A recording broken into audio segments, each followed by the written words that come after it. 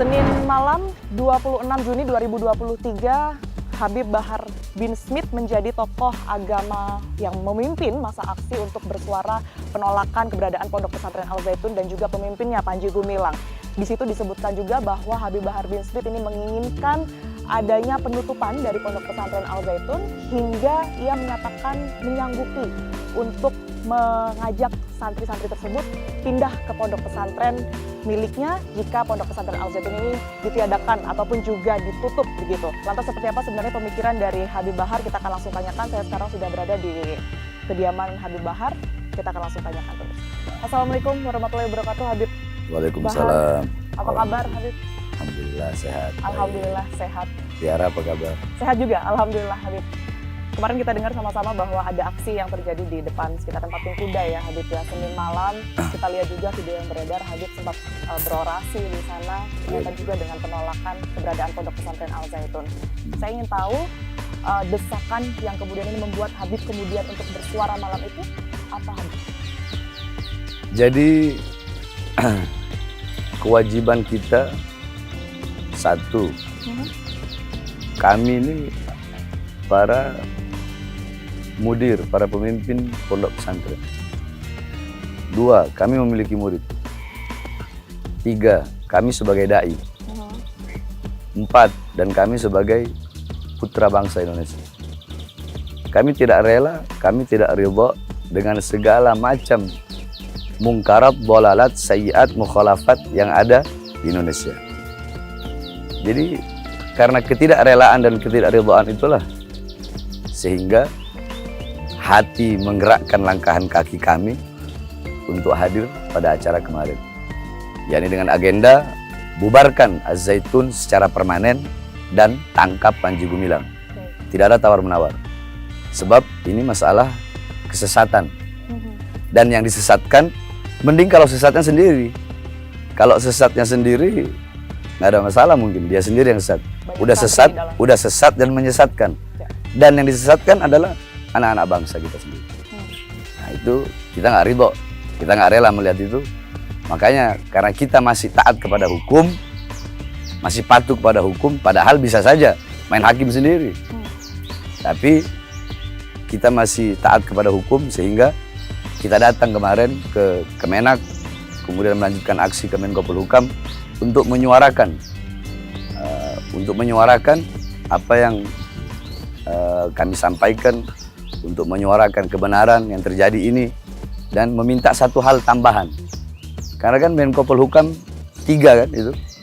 Jadi sebenarnya saya memberikan apresiasi kepada Mahfud MD. Seperti yang sudah Habib sampaikan. Iya, di orasi kan saya bilang. Saya berikan apresiasi kepada Mahfud MD, kepada Ridwan Kamil, Bareskrim Polri yang telah membentuk tim investigasi dengan 3 itu, kalau nggak salah. 1, sanksi pidana. 2, sanksi administrasi. 3, kondusivitas. Nah, 2 ini bagus, tapi kurang. Ya ini tidak sesuai dengan harapan umat, harapan masyarakat, harapan rakyat.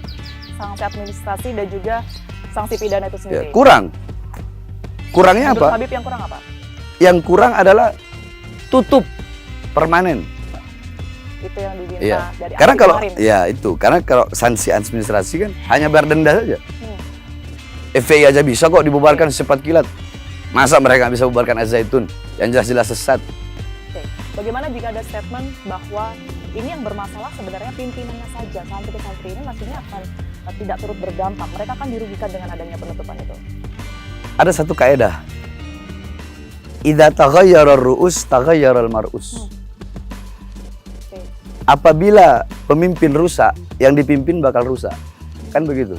Saya tanya Mbak Tiara sekarang. Kepala sama ekor, kalau kepala ke kanan, ekor kemana? Ikut ke kanan juga. Kalau kepala ke kiri? Mengikuti artinya ya. Ekor kemana? Ikut ke kiri. Ke kiri kan? Itu yang dimaksudkan.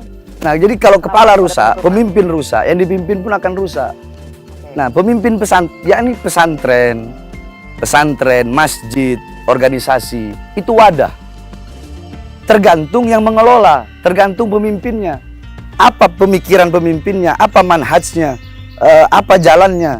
seperti apa pemikirannya, apa keyakinannya, maka itu juga yang akan diikuti oleh orang-orang yang ada di dalamnya. Seperti saya Ahlus Sunnah wal Jamaah, ya, mazhab Syafi'i, akidah Asy'ari Maturidi. Maka otomatis semua santri-santri saya, baik yang ada di pondok atau yang ada di luar, mazhabnya sama, Syafi'i. Kemudian manhajnya Thariqah Ba'alawi, Syafi'i, akidah Asy'ari Maturidi. Jadi semua kan tergantung pemimpinnya. Nggak bisa. Kalau mau dibilang, oh itu kan Panjinya, santrinya kan nggak bisa begitu. Makanya kan kemarin saya bilang, bubarkan Zaitun, seret Panji Gumilang. Adapun kalau Mahfud MD mengatakan yang dikhawatirkan adalah hak-hak konstitusional daripada santri, saya siap mengajak seluruh pondok pesantren Aswaja yang ada di Jawa Barat, Banten, dan bahkan pesantren saya. Ribuan santri itu, Habib? Jangankan ribuan, puluhan ribu santri saya siap. Kalau pesantren saya, udah saya nyatakan gratis. Pesantren-pesantren yang lain akan saya suruh, kami akan bermusyawarah. Para ustadz, para kiai, para habaib yang ada di Jawa Barat khususnya. Ayo, kami siap tampung. Memandang dari kinerja tim investigasi ini, sejauh ini Habib melihatnya seperti apa? Sudah on track atau? Tim investigasi bagus. Cuma kayak kurang greget aja, maksudnya kurang greget tuh. Gregetnya di mana? Kurang greget. Si Panji ini nggak bisa dilembutin. Gregetin gitu. Karena apa? MUI aja disepelein sama dia. MUI disepelein, padahal ini MUI, Majelis Ulama Indonesia. Kalau bagi saya Panji itu bukan ulama. Ulama dari mana ulama begitu modelnya? Bukan ulama, bukan pimpinan pondok pesantren.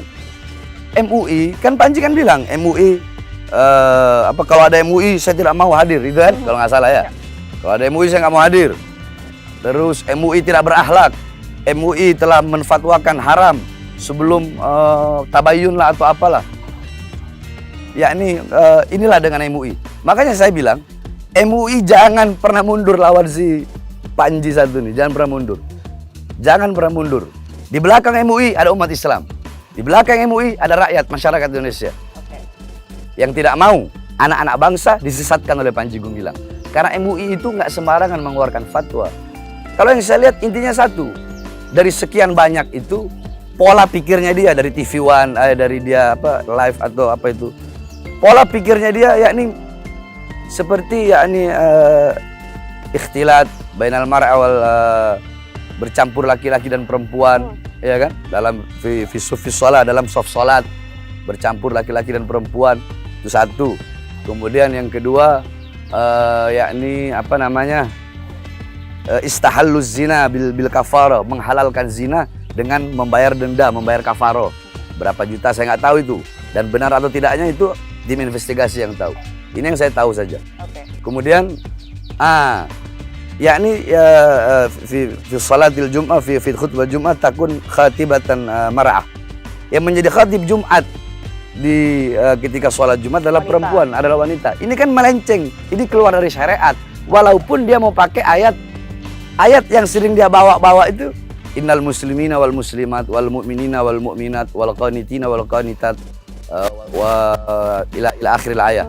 Sampai ayat akhir yang dimana ini ayat, makanya kan saya bilang kalau mau menafsirkan ayat Quran jangan pakai otak sendiri, jangan pakai pemikiran sendiri. Ada kitab-kitab tafsir. Nah ini ayat tadi, sembarangan artinya iya, ya.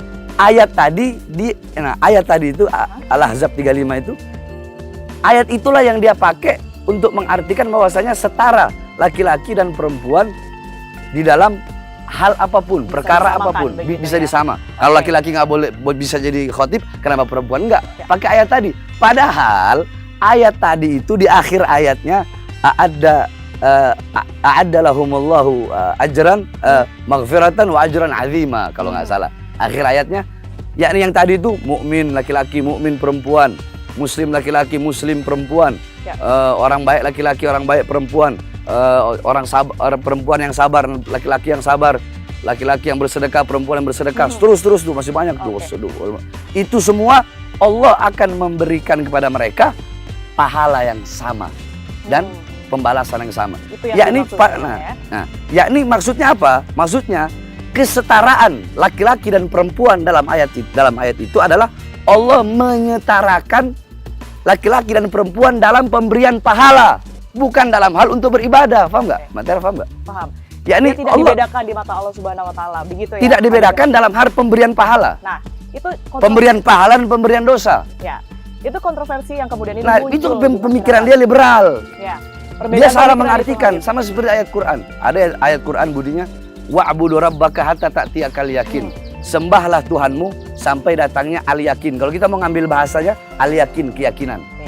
Jadi ada orang yang bilang, oh ya udah, Beb, saya nggak usah sholat. Kenapa? Saya udah yakin. Kan Allah bilang, sembahlah Tuhanmu sampai datang keyakinan. Saya udah yakin, berarti nggak usah sholat dong. Nah, itu kalau pakai pemikiran sendiri. Kalau pakai tafsir, al yakin bima'na al maut. Yakin di situ artinya kematian. Berarti sembahlah Tuhanmu sampai datangnya kematian. Nah, makanya orang tuh nggak Itu bisa yang mikir pakai otak Cukup sendiri. banyak diperbincangkan dan juga menjadi kontroversi. Ya makanya saya bilang MUI jangan mundur. Tapi kemarin Habib terlihat emosi begitu, emosional dalam menyampaikan orasi begitu. Bahkan sejak dari sebelumnya. Itu pemantiknya apa Habib? Apa juga seperti yang tadi Habib bilang itu menjadi salah satu pemicu atau ada yang lain? Ada yang lain. Apa itu? Kan saya ini lagi santai di bawah, saya lagi duduk di bawah, lagi ngisap cerutu. Oke, sambil ngeliat biar aman lah, demonya ini aman. Nah tiba-tiba ada yang menyampaikan dari Menko Polhukam, dari Kemenpol Hukam nih nggak mau menemui umat. Dari Kemenak aja mau. Ada info itu ya? Ya makanya kan Mbak Tiara naik pemantik saya kan. Ya. Pemantiknya Artinya kan. sempat diterima info bahwa tidak ada yang Ya, tidak ada dari perwakilan dari anak buah Mahfud MD. Alasannya? Alasannya kepada ke Aceh katanya. Itu yang kita dapat. Karena tugas. Sehingga naiklah. Itu yang memantik saya naik ke atas. Saya belum orasi, berpemanasan itu. Saya naik ke atas, saya bilang, ayo semua yang ada di sini, siap maju ke depan, Ya. siap kita masuk ke dalam. Nah akhirnya setelah itu baru beberapa saat, setengah jam dari Kemenpolhukam memberikan wakil kepada Kapolsek kalau nggak salah. Oke. Kapolsek. Salah satu dari orasi Habib kemarin poinnya juga sempat ada menyinggung masalah backingan dari Panji Gumilang itu sendiri. Yang diketahui oleh Habib berkaitan dengan statement ini? Bisa Backingnya, dijelaskan? saya nggak tahu siapa backingnya. Oke. Tapi yang jelas orang seperti dia ada backingnya lah. Kalau nggak ada backingnya, kenapa nggak langsung tangkap aja? Saya aja bisa langsung ditangkap kok. Dia siapa? Walaupun saya bukan siapa-siapa. Kenapa nggak tangkap langsung? Udah jelas loh kesesatannya dia. Udah jelas dia ngomong. Dia yang ngomong bahwasanya Al-Quran itu ya bukan datang dari Allah Subhanahu Wa Taala. Berarti Al-Quran itu adalah tulisan Nabi Muhammad SAW. Udah jelas menyimpang, sesat. Kenapa langsung tangkap? Siapa backingnya? Makanya saya bilang, Panji, saya nggak peduli. Siapapun kau punya backing, saya nggak peduli. Mau iblis kau punya backing, saya makan. Kalau dari Habib sendiri melihat ke arah mana? Kalau saya nggak tahu. Saya nggak tahu backingnya dia siapa. Saya nggak tahu yang mendanai dia siapa. Allah alam, saya nggak tahu. Coba kalau Mbak Tiara tanya backing saya, baru saya bilang backing saya Allah. Oke. Kalau seandainya apa yang sudah dikerjakan tim investigasi pemerintah saat ini tidak sesuai dengan keinginan Habib menutup artinya Bukan Habib. Oke. Ini keinginan masyarakat. Umat Islam begitu ya. Menutup pondok pesantren Al Zaitun seperti yang tadi sudah dikatakan Habib. Apa yang akan dilakukan Habib? Dalam hal ini, dalam masalah Al Zaitun, saya lihat dalam pandangan saya Al Zaitun, NU bersuara, Muhammadiyah bersuara, ormas-ormas Islam bersuara, pengurus-pengurus masjid semua, masjid-masjid taklim, dan bahkan masyarakat yang non Muslim pun bersuara, yakni mendukung sama-sama untuk menangkap Panji Gumilang dan menutup Ponpes Al Zaitun. Kebanyakan yang saya lihat, ya kan. Jadi kalau saya pribadi, bukan yang lain-lain tadi yang saya sebut. Kalau saya pribadi, kalau Al Zaitun tidak ditutup, Panji Gumilang tidak ditangkap, saya Bahar bin Ali bin Smith bakal datang ke sana. Kemana nih artinya? Ke Indramayu. Ke Zaitun? Ke Zaitun. Oke. Saya bakal seret Panji dan bakal saya ratakan Al Zaitun. Itu sumpah saya kemarin dan tidak akan pernah saya mencabut kata-kata itu. Sekalipun saya harus masuk penjara lagi, saya tahu. Oke. Karena melawan hukum. Ya 170 kalau rusak-rusak ada yang orang cedera ringan, barang rusak, ayat 1. 170 ayat 2 kalau luka berat, 170 ayat 3 kalau yang mati. Ya saya terima semua risiko itu. Seberapa yakin Habib kalau Ponpes Al Zaitun ini bisa ditutup? Nggak ada yang mustahil. Kalau kita bersama Allah, maka sebesar apapun dia, sebesar apapun pelindungnya, sebesar apapun dia, kita tidak akan pernah kalah. Selama kita bersama Allah dan yang kita suarakan adalah kebenaran. Lihat Fir'aun, bagaimana kesombongan Fir'aun, bagaimana kesombongan Talut, bagaimana kesombongan mereka. Tapi mereka dikalahkan. Ya.